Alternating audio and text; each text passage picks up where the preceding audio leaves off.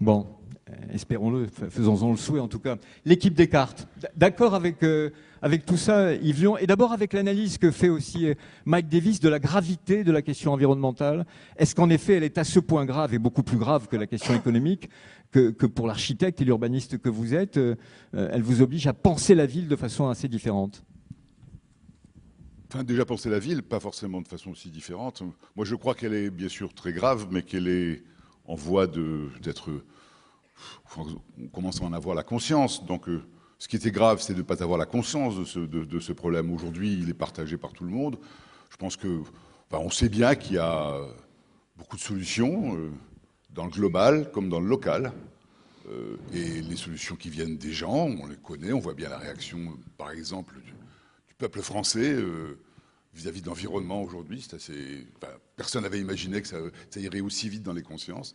Et puis on voit bien la réaction politique à ces questions-là. Donc je pense pas qu'il y ait... Je pense que la condition humaine fait que cette crise-là, on va la régler. Il faut des moyens particuliers, mais moi je suis plutôt optimiste quant à l'appréciation, en tous les cas, de l'état de la situation. Mais vous la réglez comment? Dans la ville? Bien sûr. Et là aussi, quelle figuration de la question environnementale dans la ville? La question de la figuration me paraît secondaire, là, pour le moment, par rapport à cette question. La question de la figuration, bien sûr que c'est un problème formel, la ville.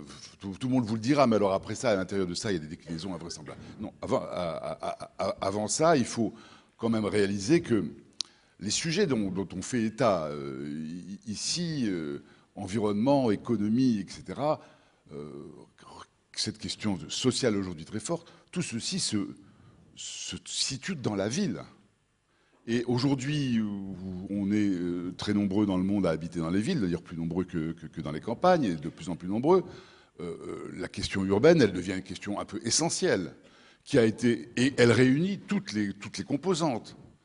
Et cette question, elle a été escamotée par négligence, mais aussi par idéologie. On a longtemps cru que la ville pouvait se faire d'elle-même sans qu'on s'en occupe. Il y a dans notre pays une théorie qui a existé dans un livre particulier qui s'appelle La ville émergente, où on a essayé de montrer que les phénomènes nous dépassaient, qu'on ne pouvait se contenter que de les décrire. Aujourd'hui, la différence, c'est qu'on est en train de voir si on n'est pas capable, non seulement à nous tous ici, mais à bien sûr beaucoup plus nombreux, je dirais notre pays, et puis l'Europe, etc., d'affronter cette question-là. Et de renouer ainsi avec une tradition européenne, par exemple, qui est celle de la ville. On a fondé des villes formidables, on les a fait évoluer de manière extraordinaire, et puis tout d'un coup, on s'en est plus occupé, donc on se dit, Paris, c'est formidable, c'est très beau, c'est réussi. La banlieue, c'est soit on se contente de certaines identités de banlieue qui sont tout à fait passionnantes et même des fois très, très, très émouvantes et très fortes, mais c'est ponctuel tout ça. Et ça venait cautionner, enfin à la manière de Paris, des territoires qui, eux, sont à l'abandon. On n'a jamais construit autant d'infrastructures dans notre pays, autour des villes, pour s'en servir si mal. Et pourquoi fallait-il faire toutes ces infrastructures? C'était un point de vue technique, exclusivement technique. Mais vous, tel que vous vous trouvez maintenant confronté, encore une fois, à cet enjeu qui est un enjeu, et je ne me paye pas de mots, existentiel. Si la question environnementale n'est pas prise en compte, tout ça finira très mal. Donc la ville, celle que vous imaginez ou que vous espérez, comment inclut-elle la question écologique dans ses murs, dans son enceinte? Et quand je dis dans ces murs, d'ailleurs, quelle forme de murs? Est-ce qu'ils sont en bois? Est-ce qu'ils sont en béton? Est-ce qu'ils respirent? Est-ce qu'ils échangent mieux? Mais la ville, c'est tout ça. Décidément, elle est vivante d'un certain point de vue, la ville. Oui, mais quelle forme de vivant? Les murs sont en béton, en bois, en tout ce que vous voulez, du moment qu'ils respirent. Vous avez très bien résumé la situation. Les murs ne sont pas un problème. Ce qui est un problème, c'est ce qu'on fait des murs. C'est la conscience qu'on a de l'utilité des murs. Et moi, j'ai l'impression que tout ceci, techniquement, se règle plutôt bien. Ce qui pose problème, c'est pas les choses. C'est ce qui se passe entre les choses, quoi. Et c'est là que ça va mal et qu'on a eu cette attitude de laisser aller. Mais comme il y a de la place entre les choses, alors on peut rectifier le tir, quoi. Très facilement. Cette question de la densification, qui ne veut pas dire forcément qu'on va tous habiter les uns sur les autres dans une situation asiatique, mais qui est quand même posée, et puis tout le monde est unanime là-dessus, la question de la densification. elle se règle dans les sites eux-mêmes. Si vous voulez, il n'y a pas un fleuve moins occupé au monde que la Seine. Pourquoi? Parce qu'elle cautionnait notre médiocrité. Elle était là comme une espèce de faire-valoir du reste, et c'était sanctuarisé. Et donc, aujourd'hui, on sait qu'on peut travailler avec le fleuve. Et puis même si on est très inquiet par les inondations, par exemple, de l'ensemble du système de la région parisienne, on sait qu'on peut régler cette question. C'est une question de volonté. Ça pose une question très forte. Comment on négocie avec les agriculteurs en amont? Parce que les agriculteurs en amont, ils ont aussi besoin de boulot. Alors là, il y a un échange magnifique entre la ville et l'agriculture. Au niveau de l'intérêt général, je ne parle pas du niveau de l'intérêt particulier, faire de l'agriculture vivrière près des maisons, etc. Mais simplement, dans la région parisienne, on peut faire évoluer totalement ce rapport entre le fleuve et la ville, dès lors qu'on arrive à maîtriser, grosso modo, la crue de l'Yonne dans la Seine. C'est un peu le problème, le point fort de la question. Donc tout ceci, ça demande une espèce d'énergie folle, une volonté politique très forte, et ça va au-delà des clivages qu'on entend dans toute cette consultation, etc.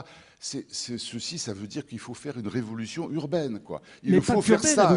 Pas qu'urbaine à vous écouter. Si la ville s'instruit autour de l'axe de la rivière, la question économique, elle va inclure aussi la production agricole. Donc, c'est une espèce d'intrication entre l'enjeu urbain et l'enjeu rural. Bien sûr. Si vous voulez, c'est cette séparation ville-campagne qui a fait le bonheur de la pensée du XIXe siècle et du XXe siècle, elle est terminée. On ne peut plus admettre ça. Si vous voulez. Notre métier a toujours considéré que la campagne, c'était l'extension naturelle de la ville. Aujourd'hui, cette histoire-là est terminée. Les échanges entre ville et campagne doivent être permanents parce que simplement... Pour parler simplement, il faut favoriser les circuits courts dans toute leur expression. On n'a pas besoin, si vous voulez, on est très content de savoir que nos céréaliers du plateau de Saclay vendent leur blé en Chine. Totalement, c'est ça l'organisation du commerce. Oui, c'est très compliqué. Alors qu'on a là potentiellement, on a dans la région parisienne, ça on l'a démontré dans les travaux que nos étudiants ont fait, on a potentiellement la possibilité de nourrir toute la région parisienne dans la région parisienne, en prenant l'agriculture de la région parisienne, qui est grande, il y en a beaucoup, c'est pas un épiphénomène, c'est majoritaire.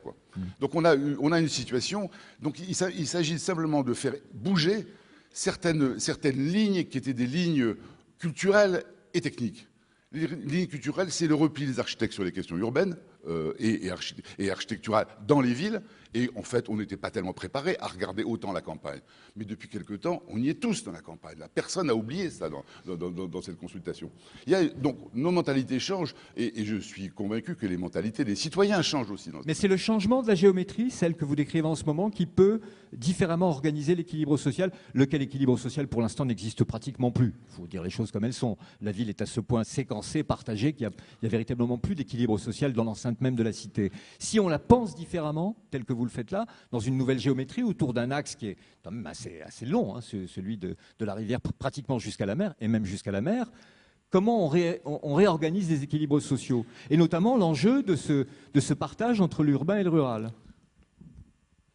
Cette question réduite à la géométrie ne pose sans doute pas beaucoup de problèmes de géométrie, parce que c'est relativement simple à maîtriser. Après, on peut complexifier la chose, mais par contre, la question de la relation entre la société urbaine et la société rurale qui se confondent dans une seule société qui deviendrait majoritairement, je dirais, urbaine, parce que, au fond, dès lors qu'on admet que le vide vaut le plein, on a intégré ces relations. Après, bien sûr, il y a la Beauce. Après, bien sûr, qu'il y a des grandes étendues. Mais quand on voit un pays comme le nôtre, qui est relativement dense, on voit bien que c'est permanent, cette relation entre ville et campagne. Et ce n'est pas uniquement une opposition de classe, comme ça a pu être longtemps le cas. Aujourd'hui, un agriculteur, il peut habiter un immeuble collectif, pas loin de ses activités, espérons-le.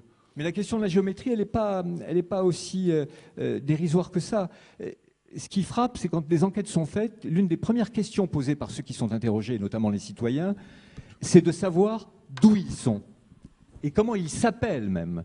Et c'est sachant d'où ils sont et comment ils s'appellent que collectivement, ce qu'ils font prend un sens. Si on est dans un territoire à ce point étendu, qui mêle à ce point l'urbain et le rural, la première question que nous allons nous poser, nous, c'est de savoir d'où nous sommes, ce que nous faisons ensemble et pourquoi nous le faisons ensemble. Et peut-être que l'équilibre social, il est dans cette question-là. Nous avons une conviction, c'est que pour répondre à cette question majeure, il faut s'organiser sous forme de ville en région parisienne. Il faut vraiment initier de très grandes villes dans la région parisienne. C'est pas normal qu'il y ait cette espèce d'écart et qu'il y ait si peu de vraies villes constituées aujourd'hui en région parisienne. Donc nous, on a le sentiment qu'autour d'unités de 500, 600 000 habitants, il en faut quand même une vingtaine pour arriver au compte. On peut créer, d'une part, une économie locale forte, avec une gestion écologique tout aussi forte, au fond dans le même élan, et puis en même temps espérer que ces villes reliées fortement entre elles rivalisent d'initiatives, parce que cette histoire de la rivalité des villes, qui est permanente dans l'histoire, il n'y a pas de raison de l'oublier. Au contraire, il faut que là se crée une véritable émulation. Elle existe un tout petit peu, mais si vous voulez, quand c'est François Leclerc qui parle très bien de ça, quoi. Au fond, il y a combien d'équipes de foot de niveau national dans la région parisienne? Une, peut-être deux l'année prochaine, quoi. Ouais. Et combien fait-on rentrer de capitales européennes, enfin de grandes villes européennes, dans les 13 millions du Grand Paris? Quand vous commencez à en prendre une vingtaine, vous prenez des grandes villes comme Rotterdam, comme Salzbourg, enfin, vous voyez, comme Florence, vous mettez Madrid aussi pour y arriver, à faire le compte. Donc on n'a pas pris la mesure du poids de population et ce que c'est 11 millions d'habitants aujourd'hui et 13 millions dans 2030, qui est notre horizon dans l'étude, représentait. Et ça, c'est un milieu urbain considérable qui est aujourd'hui pas organisé de façon urbaine. La circulation dans cet espace, dans ce nouvel espace, au fond, de la métropole telle que vous la dessinez, quelle forme prend-elle? Bon, je crois que tout le monde connaît à peu près le constat, c'est qu'actuellement, il y a des problèmes de déplacement majeurs dans la région parisienne. C'est principalement, d'ailleurs, pourquoi les gens quittent la région parisienne, soit à la retraite, soit quand ils ont 1 ou 2 enfants, parce que les transports sont durs. Les transports sont durs. Il y a plus une demi-heure, grosso modo, de transport par rapport à la grande ville de province. Donc il y a un effet métropolitain qui devient négatif, alors qu'il n'y a pas de fatalité à ça. Donc l'essentiel du travail, c'est de voir comment on peut réduire d'une demi-heure, voire on peut faire qu'un certain nombre de fonctions, notamment domicile-travail, puissent se faire dans une demi-heure pour aller à son emploi.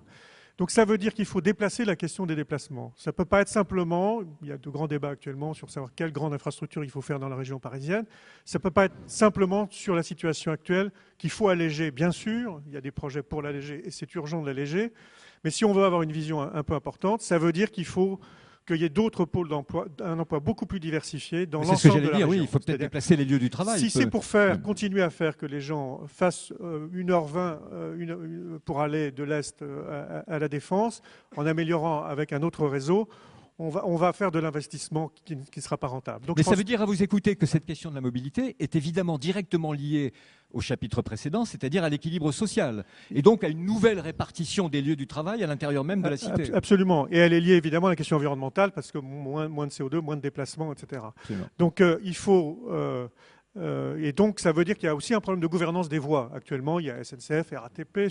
Si vous voulez modifier une nationale sur tout son secteur, alors qu'il y a un potentiel formidable de mutation, vous allez vous heurter à une addition de comités machin bidule pour essayer de faire évoluer la situation ou les densifier. Donc, il faut, pour les véhicules, comme l'a dit Mike Davis, agir sur d'autres types de véhicules, enfin, espérer qu'il va y avoir d'autres modes, agir sur l'espace, réguler, alors que c'est réglé pour le moment par la congestion. Et on va continuer à avoir évidemment l'automobile très longtemps. Et donc il faut passer d'une culture de la congestion à une culture de la régulation. Donc il y a un certain nombre de systèmes qu'on peut mettre en place, privilégiant les modes les plus vertueux, entre guillemets. Il faut, et sur les transports en commun, il faut penser la chose plutôt par segment. Pourquoi? Parce que c'est comme ça que ça se finance, c'est comme ça que ça se pratique. On ne fait pas la totalité d'une rocade à l'échelle d'une métropole. Donc, une des grandes leçons, je pense, pour un certain nombre d'entre nous, c'est qu'on a compris la différence entre une grande ville, dont on peut faire à peu près le tour pour aller voir le cousin, ou aller au boulot, ou aller au sport de l'autre côté de Nantes en une demi-heure, et la métropole. C'est tout à fait un fonctionnement tout à fait différent, et il faut en tenir des leçons de stratégie et de projets tout à fait particuliers. Et j'ai envie de vous demander aussi, s'agissant du... Je posais la question à Mike Davis sur l'enjeu environnemental et le plaisir qu'il peut procurer à habiter différemment la ville. S'agissant des transports, vous posez-vous, d'ailleurs je vous poserai tous au fond la même question, la question du plaisir. C'est-à-dire la capacité que nous pourrions avoir à nous déplacer différemment avec plus de plaisir. D'abord que ce soit joli à regarder, la question de l'esthétique est finalement peut-être pas si indifférente, qu'on soit bien dedans, qu'on ait une vision de la ville qu'on traverse, qu'on ait des repères, qu'on se dise qu'on a de la chance d'être dans un aussi beau tramway. Cette question du plaisir et de la mobilité est-elle pour vous une question importante ? Oui, très, très importante. D'ailleurs, elle est très d'actualité. J'y reviendrai. Je ne sais plus si c'est Raymond Queneau ou Maspero qui disait dans la région parisienne, on ne voyage plus, on se déplace. Donc cette question-là, évidemment, elle a une traduction très importante parce qu'on peut faire un temps de transport, on peut accepter un temps de transport, c'est vrai à pied, c'est vrai en vélo, c'est vrai évidemment en métro et en RER, si d'abord on est à peu près sûr du temps qu'on va mettre, et puis si évidemment le voyage en vaut la peine, si je veux dire, à la fois les conditions de confort, à la fois ce qu'on voit. Ce qui fait qu'il y a un débat, par exemple en ce moment, où les équipes sont relativement unanimes sur il faut des transports plutôt de surface, plutôt voire aérien si on a des obstacles à franchir, ce qui n'empêche pas de temps en temps effectivement qu'on peut avoir un os et avoir un tunnel, mais privilégier un système entièrement souterrain, ça a ses vertus, évidemment, on comprend la commodité, mais ça n'a pas toutes les vertus non seulement du plaisir de la métropole, et du plaisir et des capacités éventuellement de transformation d'un certain nombre de sites alors il va y avoir les gares TGV, on va continuer à faire des gares TGV, et on voit bien que le TGV maintenant il est quasiment aussi pratiqué comme super banlieue. Moi je connais des gens à Marne-la-Vallée qui ne viennent plus sur Paris, ils ne vont plus gare de Lyon, ils prennent les correspondances pour aller voir leurs amis à Lyon, ou ils vont à Chessy, puis après ils prennent le direct pour aller à Roissy et partir, ou ils restent entièrement dans ces segments-là, si j'ose dire. Et donc cette question du plaisir, du déplacement, c'est évidemment absolument essentiel.